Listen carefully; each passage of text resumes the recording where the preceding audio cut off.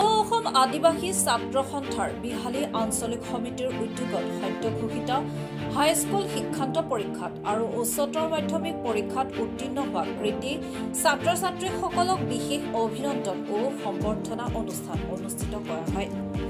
বৰগাং ৰংগমঞ্চত অনুষ্ঠিত এই সভাত সভাপতিত্ব কৰে কাৰ্তিক ঘাটুৱাৰে আৰু সভাৰ উদ্দেশ্য ব্যাখ্যা কৰে শিক্ষা সম্পাদক প্ৰণৱ গদ্ৰে।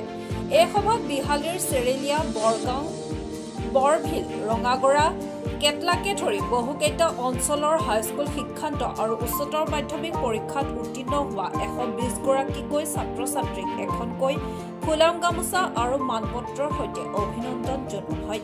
এই সভাত বিশিষ্ট সমাজকৰ্মী প্ৰেমলাল গঞ্জু, শিক্ষয়িত্ৰী থানেশ্বৰী গঞ্জু, অজিত কুৰ্মী, মানৱ সাহু, কাৰ্তিক ঘাটুৱাৰ, শিক্ষক মদন হেন, লক্ষী কুমি লগতে বহুকেইগৰাকী অভিভাৱক উপস্থিত থাকে।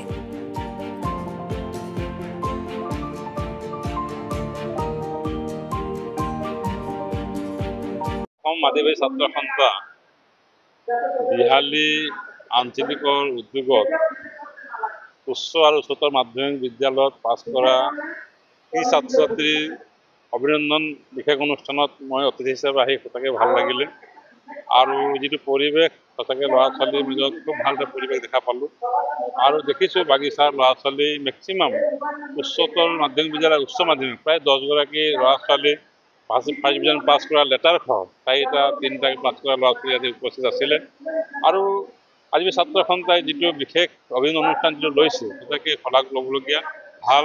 তেওঁলোকক যি প্ৰেৰণা, তেওঁলোকক আগবাঢ়ি যাবৰ কাৰণে যিটো সৎ সাহস দিছে গতিকে খুব ভাল লাগিছে, অনুষ্ঠান থাকি ভাল লাগিছে আৰু বিভিন্নসকলে মতামত আগবঢ়াইছে। এই সমাজখনক আগুৱাই যাবৰ কাৰণে আমাৰ শিক্ষা দৰকাৰ আছে। আমি আগবাঢ়ি গৈ শিক্ষা অবিহনে আমি আগুৱাই যাব নোৱাৰিম।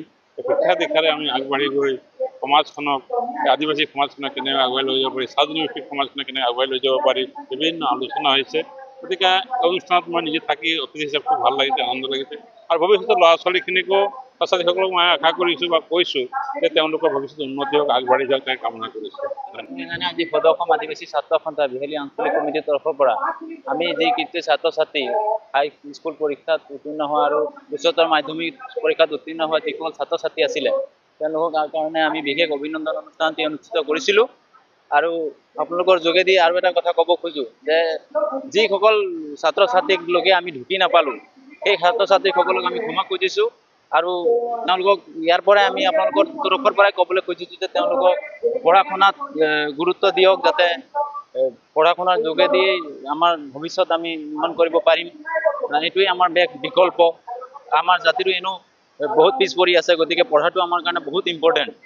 গতিকে আমি আজি এই বিশেষ সভাখন এইকাৰণে অনুষ্ঠিত কৰিছিলোঁ যাতে এই উঠি অহা ল'ৰা-ছোৱালীসকলে ভৱিষ্যত যাতে উজ্জ্বল হওক আৰু তেওঁলোকক এক সাহস আৰু উদ্দীপনা জগাবৰ কাৰণে আজি আমি অসম আদিবাসী ছাত্ৰ সন্থা বিহালী আঞ্চলিক সমিতিৰ তৰফৰ পৰা এই সভাটি আহ্বান কৰিছিলোঁ। আমি ইতিমধ্যে 100 পৰা 120 এনেকুৱা ছাত্ৰ-ছাত্ৰীক আমি এতিয়ালৈকে বিভিন্ন অনুষ্ঠানটি আগবঢ়াইছোঁ।